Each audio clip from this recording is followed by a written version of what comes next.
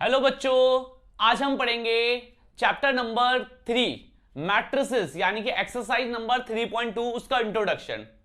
ठीक है भाई, जैसे कि हम 12th क्लास का चैप्टर नंबर 3 पढ़ रहे हैं। हमने लास्ट क्लास 3.1 एक्सरसाइज करी थी। आज हम 3.2 का इंट्रोडक्शन सीखेंगे, ठीक है ना। यहां पर जो हम पढ़ेंगे सबसे पहले आज वो पढ़ेंगे ऑपरेशन ऑन मैट्रिसेस, कि मैट्रिसेस में क्या क्या ऑपरेशन होते हैं। क्लियर भाई। जो सबसे पहला ऑपरेशन होता है वो होता है एडिशन एंड सब्ट्रैक्शन का। ठीक है ना, एडिशन एंड सब्ट्रैक्शन का। भाई एडिशन और सब्ट्रैक्शन की सेम कंडीशन होती है। अब क्या कंडीशन होती है, देखो भाई, अगर किसी दो मैट्रिक्स को मैं प्लस कर रहा हूं या माइनस कर रहा हूं, आप कर सकते हो। बस कंडीशन यह है कि उनके जो उनके ऑर्डर होना चाहिए वो हमेशा सेम होना चाहिए। अगर दो मैट्रिक्स का ऑर्डर सेम है तो वो मैट्रिक्स प्लस भी हो सकती है और वो मैट्रिक्स माइनस भी हो सकती है। ठीक है, जैसे मैंने एग्जांपल लिया,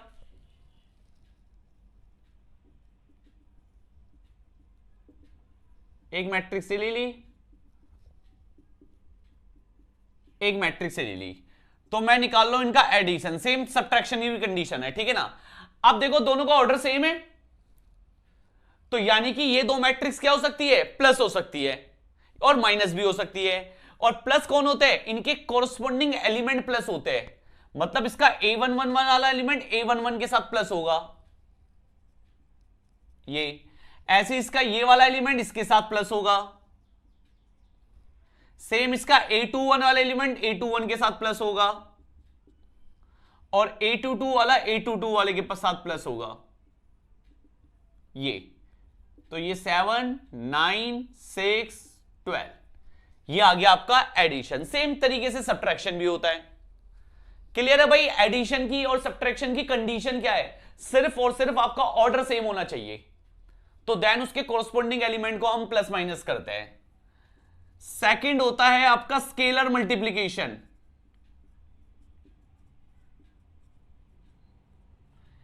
सबसे पहले ये स्केलर किसे कहते हैं, स्केलर मतलब जस्ट एक कांस्टेंट, ठीक है ना।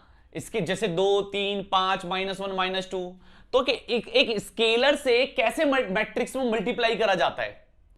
ठीक है, जैसे कि सपोज मुझे एक मैट्रिक्स दे दी गई है A5329 -9 या ले लो, तो मेरे से बोला जाएगा 2A निकालो। तो इसका मतलब यह है एक स्केलर से एक मैट्रिक्स में मल्टीप्लाई कर रहा हूं, तो मतलब यह है कि ये जो एलिमेंट है ना, ये 2, ये सारे एलिमेंट को मल्टीप्लाई कर देगा पूरी मैट्रिक्स में। यानी कि 2 5 जा 10, 2 3 जा 6, 2 2 जा 4, 2 9 जा 80।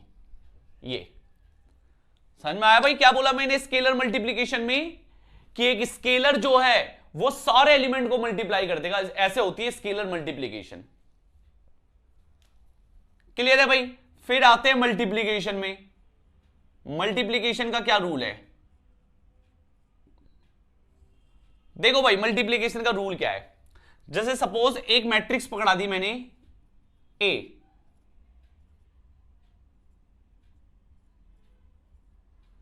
और एक मैट्रिक्स पकड़ा दी B।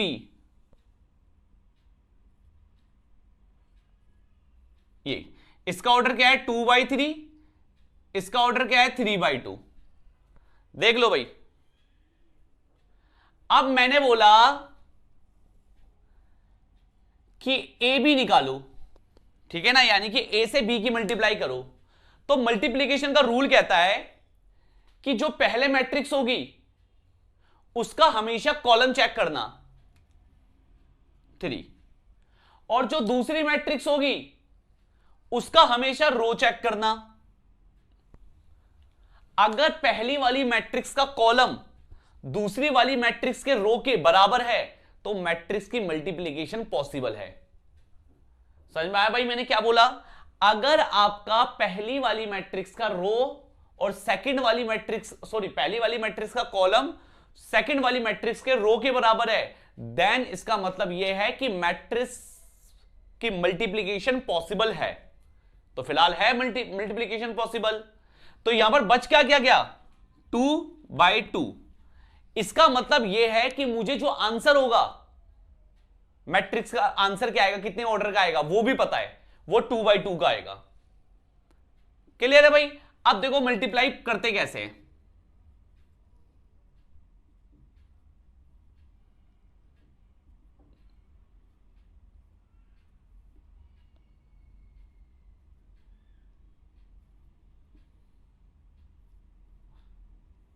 ये देखो भाई, देखो भाई मल्टीप्लीकेशन करते कैसे हैं। मल्टीप्लीकेशन करने का तरीका है हमेशा रो को कॉलम से करना।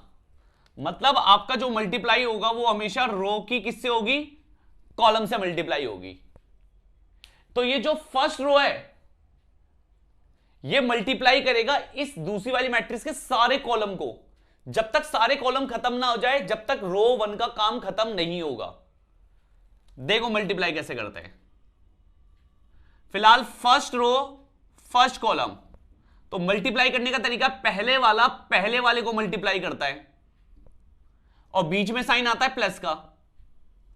फिर सेकंड वाला नंबर सेकंड वाले नंबर को मल्टीप्लाई करता है, फिर बीच में साइन प्लस का। और थर्ड वाला नंबर थर्ड वाले नंबर को मल्टीप्लाई करता है। ये अभी भी कॉलम खत्म नहीं हुए, अब किससे होगी, सेकंड कॉलम से। ठीक है ना, इसी रो से सेकंड कॉलम से। तो साइड में आ जाओ, क्योंकि रो तो पहले ही चल रहा है ना, कॉलम सेकंड आ गया। तो भाई फिर दोबारा वही, पहला एलिमेंट पहले एलिमेंट को मल्टीप्लाई 6, सेकंड एलिमेंट को मल्टीप्लाई, तो ये माइनस का 3 हो जाएगा। और थर्ड एलिमेंट को, तो वो तो 0 हो गया, छोड़ दो। क्लियर है भाई। पहली रो का काम अब खत्म हो गया, अब हटा दो पहली रो। अब आ जाओ सेकंड रो में, सेम काम सेकंड रो से भी करो। इसकी मल्टीप्लाई फर्स्ट कॉलम से, -1 की 2 से, -2, 2 की 3 से, प्लस का 6 और 0 0 हो गया। अब last second row second column, -1 की 3 से, -3, 2 की 1 से, -2 और इसकी 0 से। तो आपका आंसर आ गया 21, 3, 4, -5। ये आपका आंसर आ गया। क्लियर है भाई। एक चीज याद रखना, एडिशन में कॉम्यूटेटिव लॉ अप्लाई होता है। जैसे a + b करो या b + a करो, कोई दिक्कत नहीं आती भाई। मैं a को b से जोड़ू या b को a से जोड़ू, कोई प्रॉब्लम ही नहीं है। बट मल्टीप्लीकेशन में प्रॉब्लम है। आप a की b से मल्टीप्लाई करो और b की a से करो, आंसर सेम आएगा, कोई गारंटी नहीं है। कई बार तो यह हो सकता है कि a से b की मल्टीप्लाई हो गई बट b की a से मल्टीप्लाई ही नहीं हो रही, या ऑर्डर अलग अलग आएगा। देखो ना, जब आप b की a से मल्टीप्लाई करोगे तो पहले वाले का कॉलम दूसरे वाले का रो सेम है, तो आंसर आएगा 3/3 ऑर्डर का, और ये 2/2 ऑर्डर का है। तो उसका मतलब a भी जो है वो b a के बराबर तो है ही नहीं। क्लियर है ना। तो ये ऑपरेशन है तुम्हारे कुछ एडिशन, सब्ट्रैक्शन, स्केलर मल्टीप्लीकेशन और मल्टीप्लीकेशन के। क्लियर है भाई, एक बार नोट डाउन कर लो। चलो भाई देखना एग्जांपल। आपको बोला गया है ये आपकी ए मैट्रिक्स है, ये आपकी बी मैट्रिक्स है। तो मुझे एक मैट्रिक्स एक्स फाइंड करनी है जहां पर 2a + 3x = 5b है। क्लियर है भाई। पहले तो ये प्लस का 2a इधर जाएगा तो किसका हो जाएगा, माइनस का। भाई x को अकेला करना है। और ये 3 कहां चला जाएगा, डिवाइड में। तो भाई बेसिकली आपको ये निकालना है। ठीक है भाई, ये रहा b आपका। तो 5b स्केलर मल्टीप्लीकेशन, यानी कि सब में 5 से मल्टीप्लाई कर दूंगा।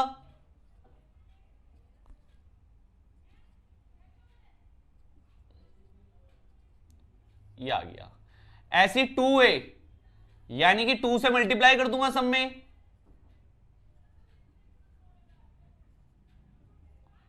ये आ गया। और फिर कह रहा है दोनों को माइनस कर दो। तो कैसे करते भाई, ऑर्डर सेम है दोनों का, सब्ट्रैक्शन वाला रूल। तो पहला वाला है ये वाला एलिमेंट, इसको माइनस करेगा, -6, -10 -0, -10, 20, -8, 12, 10 माइनस माइनस प्लस हो जाएगा भाई, ठीक है ना, बीच वाला माइनस और ये माइनस प्लस हो जाएगा 14, 25 माइनस 6 माइनस का 27, सॉरी माइनस का 31, और 5 माइनस 12 माइनस का 7। क्लियर है ना भाई? तो अब इसको क्या कर देंगे हम, 3 से डिवाइड कर देंगे अब इसे हम, ठीक है। तो यानी कि 1/3, जैसे मल्टीप्लीकेशन होता है स्केलर से, तो हम स्केलर से डिवाइड भी कर सकते हैं।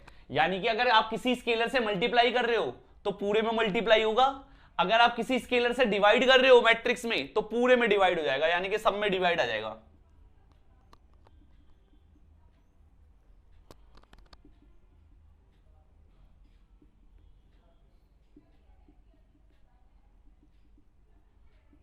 क्लियर है भाई?